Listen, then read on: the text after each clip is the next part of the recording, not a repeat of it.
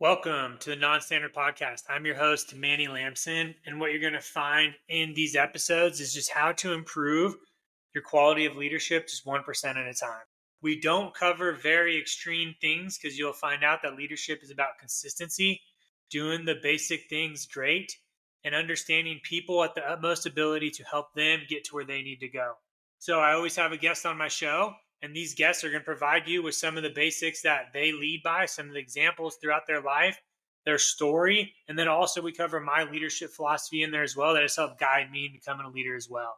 So again, the intent here is just for you to learn. And I hope you do. And if you do, you know what to do. Just save, share, like, or follow, anything you got to do to continue this journey. I look forward to doing more and more of these episodes. And with that being said, let's get on with today's episode. All right, we are back with another follow-up episode, which I really love to do because it provides two key points. One, a touch-up with them from the last time we talked, and also for you guys to see how they've taken some of these leadership traits and applied them to where they are now. So if you want to listen to more on Justin's episode, he was on episode 61, Feedback is the Breakfast of Champions. Everydayrespoder for his Instagram, where he's a tactical strength conditioning coach. And on this one, we just dive into what he's been up to, what he's learned, what are some challenges he's going through, but we also have some good dialogue back and forth on what we're both doing. So I hope you guys enjoy these follow-up episodes. They're there for you to see where these people have gone from the first time they've been on the show and where they are now and where they are going to continue to go. All right, what's up, everybody? Just like you heard in the intro, I'm joined with my man again, Justin. And we talked about it before. In the intro, he was on a little over a year ago, April 2025, episode 61. If you guys want to go out there and re-listen to it, that way you understand where Justin's coming from and some of the questions we go into today. So this is our follow-up episode. And Justin, we're just going to jump straight in because we were already talking before, which happens a lot with, you know how it is when you're recording episodes. But for just to catch everybody up, we always end an episode with a book. The book you had last time was Comfort Crisis. So talk us through what you learned from it. How was it? Have you added anything? Just really quick there. Yeah, so I think Comfort Crisis is probably on my top 3. I'm similar to you where I have books like crazy. I always have a new one coming. I'm usually reading, it sounds nuts, but I'm usually reading like 5 at the same time. I just like being able to quote unquote switch the channel.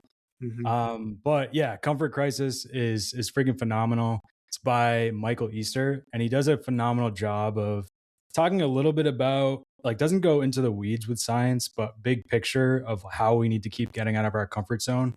But he kind of weeds through with really cool stories and things that he's been through. So it's just kind of a good glimpse in making sure that we understand that society is super comfortable as we are today. So just making sure that we kind of stretch that muscle. Yeah, and that's a huge topic I've been really focusing on this whole week, with, the mile I did after my run today, pushing myself there. Sort of the Misagi, which is a great concept of that one big goal every year. That's been coming up. And so then that's like pushing people outside of their comfort zone, and I think I just made a video on my leadership traits for the month of February on the complacency kills thing, and so many people, and I think the military does a bad job keeping people in comfort zones because the way we promote is if you're just like doing the job, you'll automatically promote without getting uncomfortable. So it's hard for some airmen to get uncomfortable when they're sort of like comfortable, but they're still moving ahead, For sure. And so it's really I think there's times when we need to rip off the Band-Aid, and it's like, all right, let's just go for it. Like you said, and he actually talks a lot about the Misogi in Comfort Crisis. It's funny. He does there's a couple of chapters on that, and that's kind of where I got the idea of discipline with a deadline. And it's like, hey, let's put something on the schedule. Let's reverse engineer it and understand that it's not getting any further away. So we're either going to, put in the work, put in the effort and show up prepared, or we're going to make a fool out of ourselves. Like one of those two things are going to happen. So it's kind of that forcing mechanism where I think there should always be something on the schedule. It doesn't have to be, super drastic, but there should always be something you're kind of preparing for. Yeah, I love how you just dropped that discipline with the deadline, man. That is a great, just one-liner right there. Sometimes people focus on giving themselves more times, obviously, to get things done. But and I've seen this when I was going through college and I had like ROTC and football and all this stuff. You tend to perform better when your time is constrained, when your Oh time yeah. is crunched, when you don't have time to procrastinate. Like my best GPA in college was the year when I was the busiest. My worst GPA was the year where I was not the busiest. Yep. And so like people will think like, oh, I can just like get this done and not rush it because maybe they're like, oh, I don't want to rush it because I just want to get it done right. But usually you take longer and you still don't get it done right when you do that. Absolutely. Yeah, it's super important. I call it the with like programming example, it's like the BS filter where it's like, all right, like we have a certain amount of time, we need to actually prioritize what we are doing and we're going to get rid of everything else. So, what can we put on the schedule? And I always challenge the folks that I'm working with where it is like, hey, it doesn't matter what it is, it just needs to be relatively hard. Some Yep. people, I've had a client go skydiving and he's scared of heights. I've had public speaking and 5Ks, 10Ks, halves, different things like that. It doesn't necessarily matter what it is. It's just that something is on the schedule that gives you that little pit in your stomach. Like Yeah. that is the most important thing. Yep. Nice. I remember a line from our last episode. It always sticks out to me. It was the what you're putting off. Well, it'd be the what was the greatest return? Your is Oh, ROI, right? yeah. Yeah, Um, the work you're avoiding is going to offer you the most yeah, ROI. man, It's my favorite, man. dude, it's phenomenal, dude. Like, I remember when I heard it, I was like, "Damn it, dude, it's so good." But Yeah, people hate hearing it because they're like, "Wait, what?" And then, like, when you think about it, you go, "Dang, that thing I am putting off would actually help me quite a bit." You know, for sure. that's 100%. That's what man, I did recently with I mean not so recently, but the race that I did where it was like, "Hey, I want to improve my run." So, am I just going to like just go on like a fun run approach or whatever? It's like, "No, I'm going to put something on the schedule and be like, "Oh, yeah, crap, like it's crunch time." Like either I'm going to, put in the miles and the sweat equity or it's going to be a miserable time. And it's like, "No, let's put in the work and make sure we're reverse engineering it and not just avoid it, but also be strategic where we don't have to just bulldoze through. It's like, yeah, okay, let's think about this logically. If I don't have the best running base and it's like, oh, I'm going to go do a marathon tomorrow, yeah, it's like, is that I don't, I think we're missing the mark there. But it's like, if we can find that middle ground of, hey, 6 months, 7 months and kind of not make it a long drawn out process but still find that pressure within, so really finding that middle ground. yeah. You have to have pressure in those situations to really get the most out of it. For sure. I think that's key. So let's talk about what you've been up to the past year, man. So just remind everybody. I'm trying to think what you had going on when we recorded. I know you weren't. I don't even think you started the podcast stuff, right? Or did that start just last year too? Yeah, the podcast has been going, yeah, that's been going for a little over a Okay. year now, so I'm not on your level with the guests, man. I gotta step up my game. I have my goal is 2 per month, but yeah, you're really getting after it. Yeah. So what else have you been up to, man? What are some wins? What are some losses? What are some checks and balances that sort of kept you in last year? For sure. Yeah, I would say still going to school. So school has been ramping up. The coaching's been ramping up. So really those two things, and as well as also being a human and just relaxing. Those kind of three things there have been my big priority.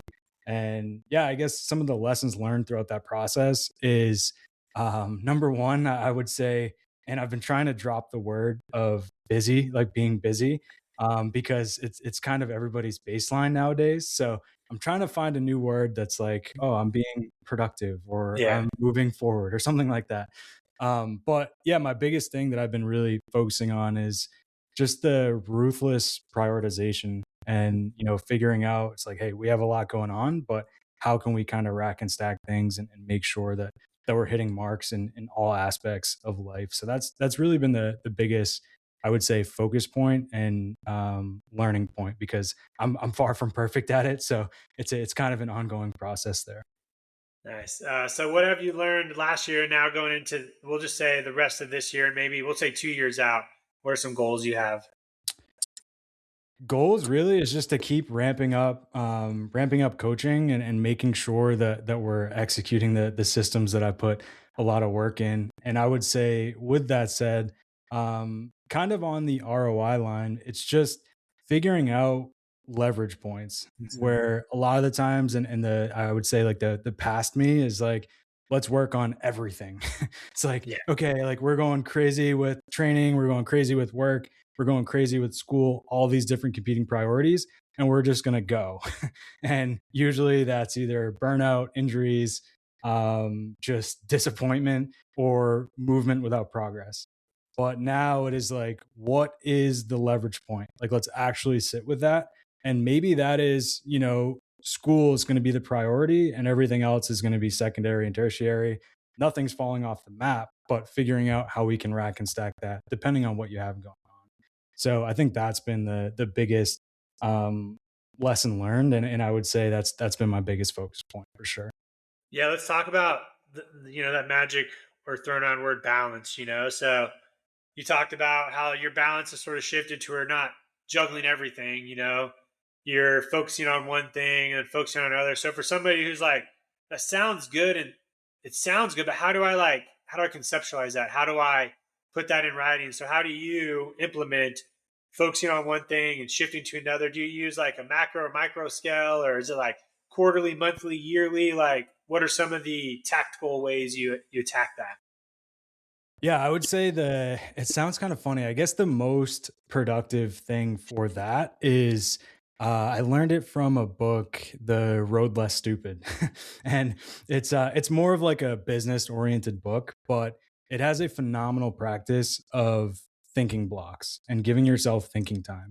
So what I like to do on a day-to-day basis is write out a question that is on my mind, put my phone away, put distractions away, and literally just brainstorm on that.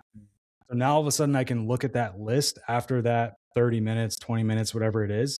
And now I can start thinking like, okay, we talked about leverage points. What out of this list is the most important thing that I should be focusing on? Right. And then from there, it's like, okay, this is going to be the priority.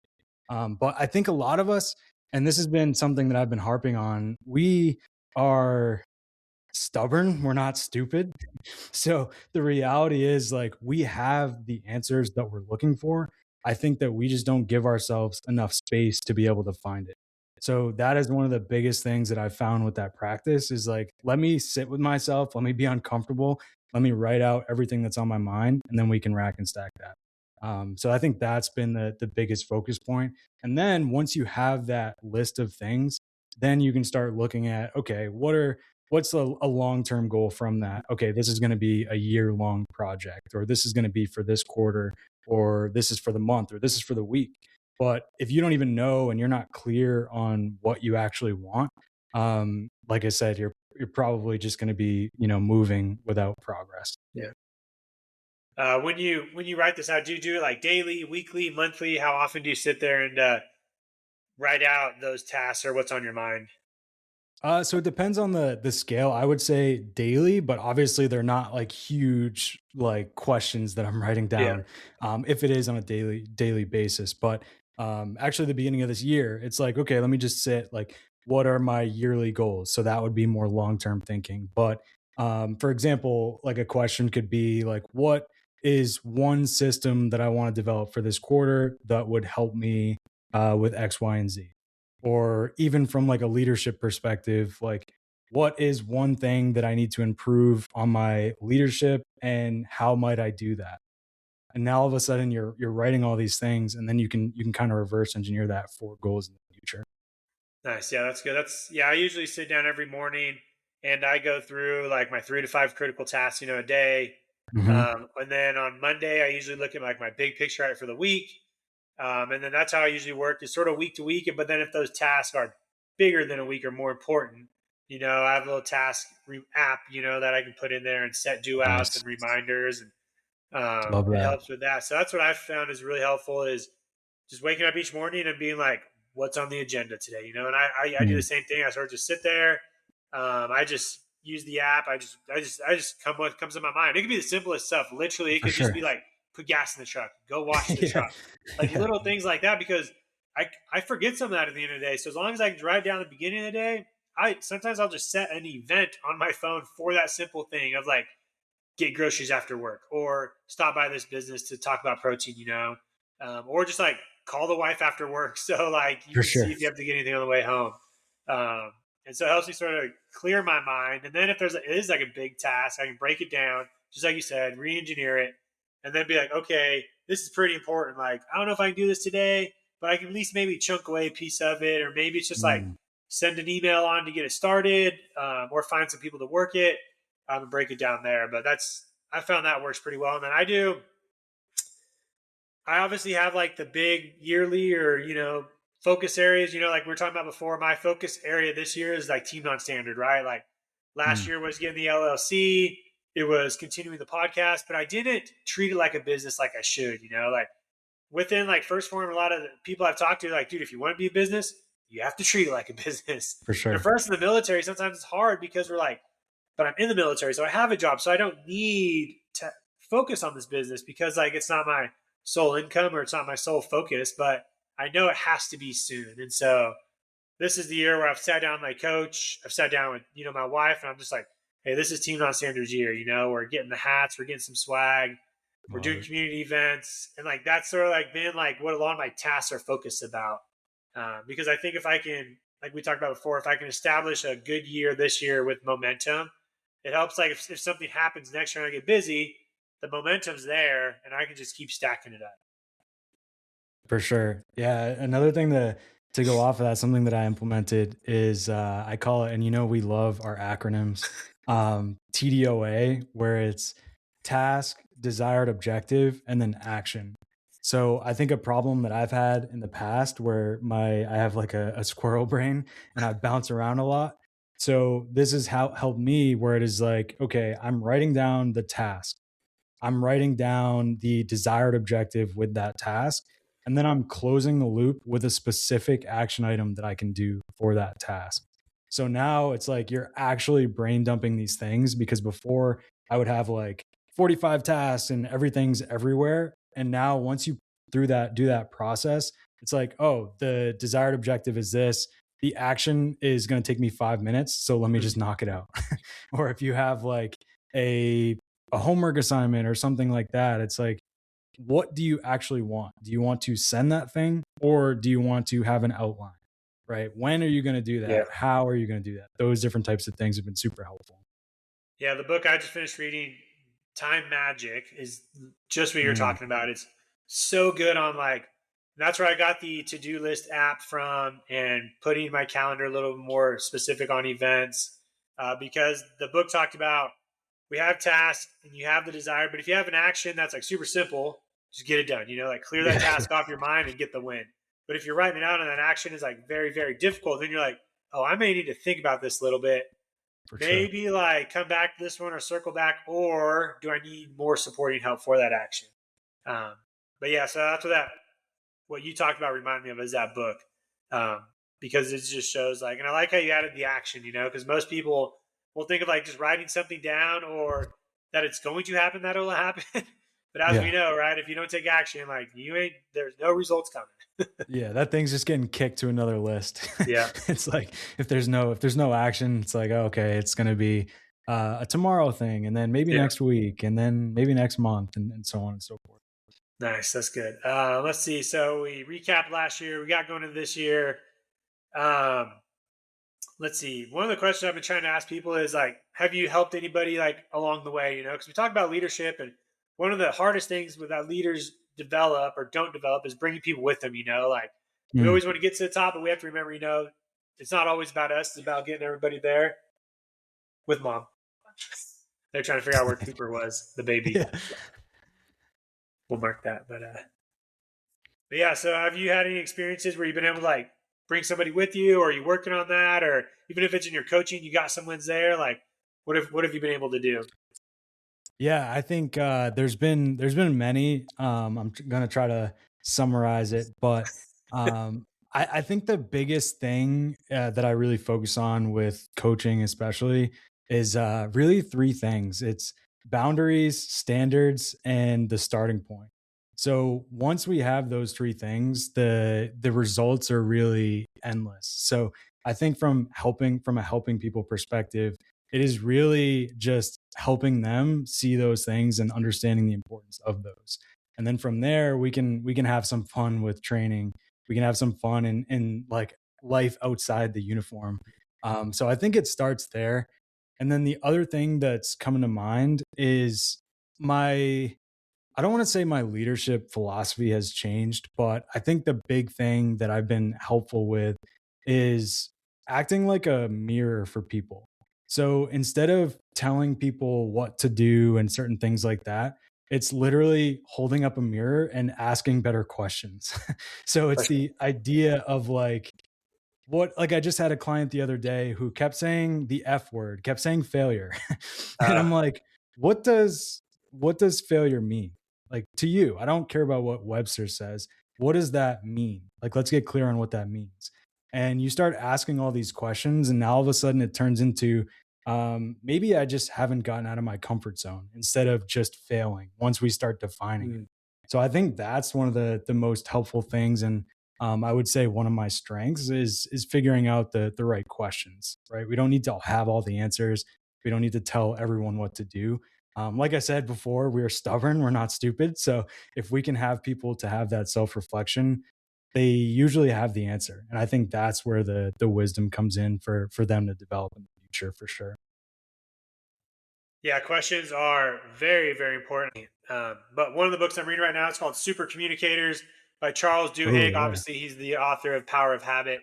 And that book is literally all about questions. Like, and that's what I've learned as well. Like, conversations are one way if you think about it. Like, really important conversations are one way. And when I tell people this, because there's a give and a take from a conversation where somebody's trying to get something, and if that somebody's trying to get something, they should say less because they're obviously trying to get something from somebody else. And so I've learned, and it's really hard to do, is when I have a goal from a conversation, even if it's just my goal is like to get this person to open up a little bit or see how their day's going, what questions do I need to ask to get them to open up? So they're always thought provoking questions. They're not just like, how's your day? It's like, hey, did you watch the game? What did you think of the game? Or, Mm, hey, what'd you have for dinner last night? Oh, what did you think of that meal? Because sometimes when we ask a basic question with a basic response, that's all you're going to get. But if you ask like, what'd you think or how'd you feel? How'd you react? What'd you think about this? Like it gets them to start emotionally putting connection to the question, and then you're getting more from them. But the mm, hardest thing with this is conversations are going to be a lot longer. So a lot of sure. people have a hard time with a great conversation because they feel like they don't have the time, so they try to get quick answers. You're not going to win like that. And so I've come to realize, like, if I'm going to have a conversation with someone, like, I treat that as it's very important to me. And so, like, I have to give myself at least like 3 to 5 minutes. It's Hmm. not going to be a pass in the hallway. It's going to be like, I go to their office. I'm asking like obviously like a lead in question. And then, I have the follow up with like to get them going. And then, it's just, but it's longer. And so once people realize that, it's easier to have a conversation. And then it's just how a conversation is, like let them talk. Most people just want to talk, and we're so big to just give our input or agree with them or give our story, which they Hmm. help. Having empathy and sharing your stories help, but they have to sort of start it. For sure. Yeah, I think it's important too that we ask ourselves better questions. Like Yeah. internally. Like back to that thinking block where it's like, I don't know, like for example, how many times have people sat there and been like, what do I actually want? Like what am Oh I yeah. actually training for? What did I actually raise my right hand for? Or whatever that question may be, but asking ourselves those questions as well. And I think that would be another good opportunity for those thinking blocks of like just sitting with it, like write it out. And now we'll start to get clear on your strategy going forward once we actually have a starting. Yeah, that book I found, it's the coaching habit, and the reason I have to look it up to the title is super long, and I don't like that. It's the coaching habit: say less, ask more, and change the way you lead forever. Super long title, Yeah, that but is a it's long title. literally That's all about asking questions in a conversation. And yeah. so, like, it talks about you should be asking more whys, and so the more I read these books on like asking questions, the more I'm like, dang, that is the way to a relationship, man, is Mhm. asking good questions, you know? And I usually have that going into my mind now if I'm gonna go talk. And it's crazy, like I obviously plan a lot of conversations out in my head, right? Like when I'm running or if I'm in the gym, I plan all these meetings out in my head or conversations or how they're gonna go. So I go be like, okay, I know this, and it usually helps when you have a relationship with the person already, you know, like Mhm. if I'm gonna go talk to Aaron and Snuffy about why they weren't at the workout this morning, okay, let me go back and see what he's been doing the past few days or weeks, what we talked about last, what can I lead with to get him going, instead of just going like, dude, why weren't you there? And then I Yeah. get like an excuse, you know, I don't want an excuse. So I want him to be honest. And so like, maybe it's like, hey man, remember when we talked about achieving these goals, you know, what was the goal you wanted? And then he talks about it. How do you think you're doing there? And he leads in like, oh, not as good. And then maybe he's like, dude, I'm so sorry I didn't go to the workout this morning. I got my answer, right? Like I got it without being direct, but now he feels better because he sort of gave it to me on why he wasn't For there. sure. And That's then there good. was another book I read. It's I'm gonna look it up again because it's freaking phenomenal. Um, it's all about conversations. It's the courage to be disliked. The That is Japanese powerful. phenomenon that show you how to change your life and active and achieve real happiness. And it's all about. It's literally it's a weird ass book on psychology, but it's a book scripted from a conversation that like a psychologist had with like a young like Japanese person about when you do things for yourself, you can do more, but it's all about the way we do things and the questions and the way he asks these questions in this book. And it's just like, it's Mhm. probably one of the deepest books I've read on like psychology. And the more I read about it, the more I'm like, man, this would be pretty interesting to study. But I feel like I don't have to study because I'm reading all these books. Yeah, I'm right. just like, well, I guess technically I am studying, but I'm not studying like a psychology book, but I'm studying by reading books about the psychology of how we think. For sure. Yeah, I'm always doing that too. I have that book over there somewhere, The Courage to Be Just Like. Yeah. It's all really good stuff. I think where I am admittedly a pain in the ass for people is I think, words matter and there's a reason why we're using those. So I'm usually that guy of like, what do you mean by X? Or Mm. you said failure. What do you mean? Like, Yeah, that's good. what does failure mean to you? Or asking those things because when people start reflecting on it, like I said, that is where we Yeah. get clarity, where maybe our word choice isn't accurate, but I think it might seem like I'm being a pain, but Uh-huh. I think that stuff matters where Yeah. you're not a failure. Maybe you didn't hit the target, but how can we, fix the wording to make sure that you don't think you're a failure? You're not identifying as Yeah. maybe you missed the mark, but how can we fix that next time? Yeah. And I think it's huge because it sort of ties into sort of like how you get them to give you the answer without you asking for it. Sort of like how I was talking about with those questions, you know, like Absolutely. yours is as simple as like, hey, explain like what did you mean by that? You know, because then maybe it wasn't what they meant to say and they fix it, you know, or like you said, they may think you're just like, dude, how do you not know what failure is? Like everybody knows what failure is. But then they sit back and go, oh shoot, you know, like I just meant you know, like you said, I missed this. And then you're like, okay, well, let's try not to use failure, you know, like, Yeah, because it is a tough word, but for that's, sure. Yeah, man, man. Words matter. It's important. yeah. Um, let's see. Oh, man. Is there anything else on top of your mind right now that you got that you wanted to clear up or any leadership stuff or, oh, man, that was a good flow right there. Yeah.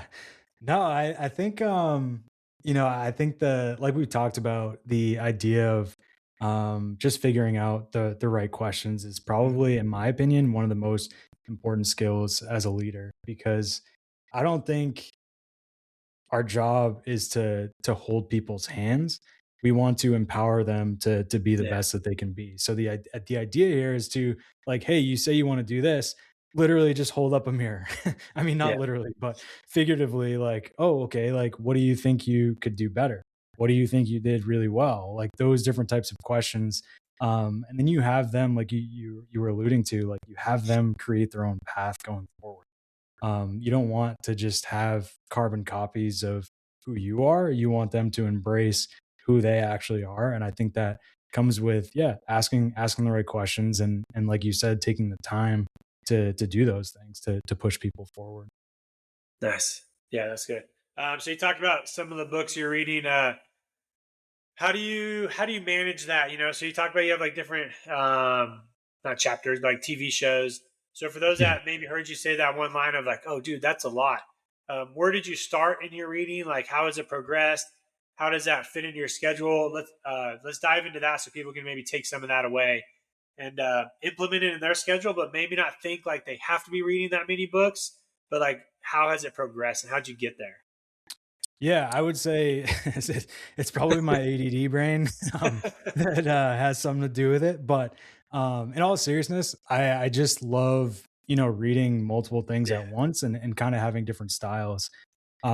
So yeah, I usually have, 4 or 5 in rotation. That's not saying you need to, but to me, reading is one of the most important things you can do. So I always figure out a way to prioritize where my phone's down at a certain time and I've hung out with my wife. Now it's like, oh, I'm gonna go to bed. Like that's my reading time. And even like bedside table, I have I think there's 3 books now there. But I just try to figure out ways to be productive with it. So that's not saying I read every book, where I'll listen to books as well, where it's like I have to commute to school. And it is like, okay, instead of, listening to music or different things like that, it's like, how could I treat this as being somewhat productive? Like, let me listen to a book as I'm driving to work. So I do think there's something special about having a hard copy book. So we can highlight and write notes, different things like that. So that would be one thing. The other thing that I would say is, in my opinion, it's not about quantity, it's about yeah, reading for quality. So yes, yeah. there's honestly, like, I'm rereading right now Tribe. So that is a book I have that that on my list too. That's one of the books. it's really, really I have good. it on like a sticky note. I have like freaking like It's a five short sticky read, notes man. right It's where I am of random books that I need to yeah, buy. yeah. Tribes on It's like three of them. you gotta get it. You gotta pull the trigger there. It's really solid. But I like to reread books. And I guess another tip here, sorry, I'm kind of wandering here. That's perfect. Um, but another tip I would say is, this might sound counterintuitive, but if you're not into it, friggin' drop it. Like, don't treat Yeah, it yeah, as yeah, a chore, because there's been so many times where I start a book and I'm like, this just isn't the vibe right now. I'm not feeling it. I'll put it on the shelf. And then there's another, weeks later, months later, I'm like, oh, like I'm gonna yeah. go back to that and give it another try. And now all of a sudden it was the right time, or it wasn't the right time before. So that's kind of the tips that I would use and the things that I would recommend. Yeah, don't be afraid to drop it. You don't need to like grit through if you're not feeling it. You're just gonna kind of have a negative connotation with reading. So pick something you enjoy. And the last thing that I would say here, this is something that my wife challenges me on, is, for me, read something that's out of your comfort zone every once in a while, where it like I go down the rabbit hole. I'm sure you do too, where it's like leadership, psychology, communication, and like hyper optimization, which I respect and love and do the same exact thing. But every once in a while, it's like I'm gonna read Red Rising Yeah. or some kind of fiction, and before you I know it, just heard that about Red Rising literally 2 days ago because it's like it's a big good. series, right? Yeah, I think there's 3 or 4. Yeah, my buddy's reading the Um, fourth one right now, and I was like, I've heard of Red Rising before as well. it's good, and there's a lot of, like, hidden messaging and different things that it's like, "Oh, wow, that connects," but, also think from the perspective of, oh, you wanna be a better writer, and you have Yeah, this person writing another world in your head and you can picture it, it's like, you're gonna get better at writing. So, thinking about it from that perspective as well is like, "Hey, let's read, autobiography or something yeah, different once in a while." I think that's super important. It's super important to mix in for sure. yeah. All that makes sense. I I've been yeah.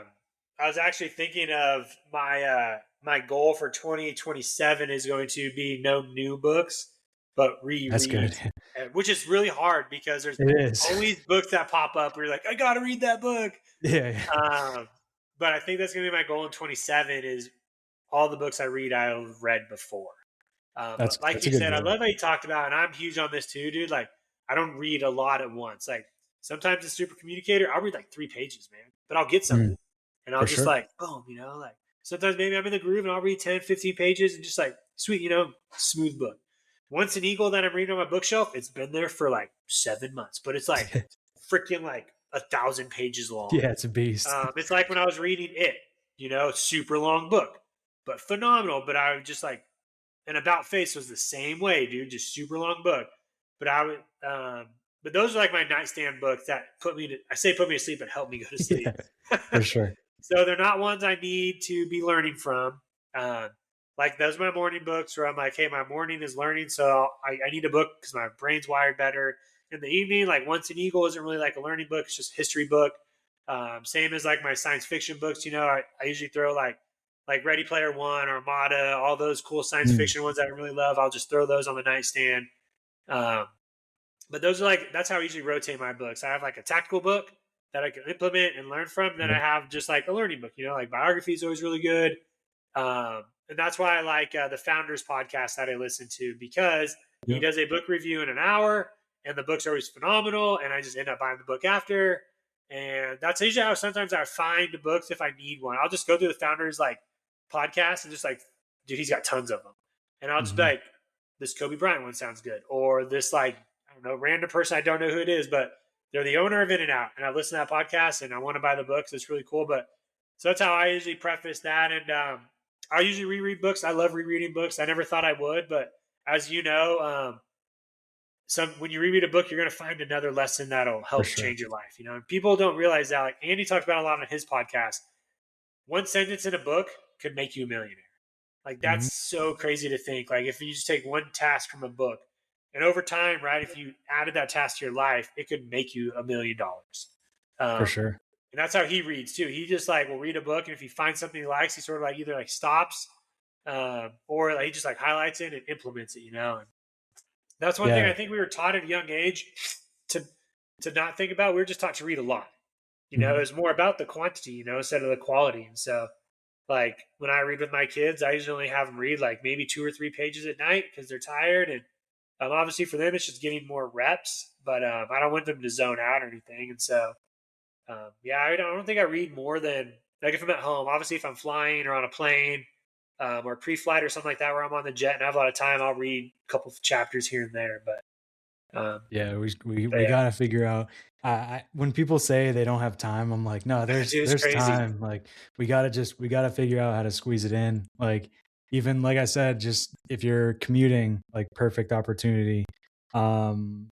Before previously, I used to, I'm sure we all kind of had this perspective, but it's like, oh, if somebody had a book with them, they're a nerd. Like you're weird or but even when I go to class, like I always have a book in my Yeah, backpack and it's like, oh, I show up early on purpose, read 10 minutes and just kind of hang out there. And it's like, oh, yeah, like, boom, I just crushed a chapter or whatever that may yeah, be.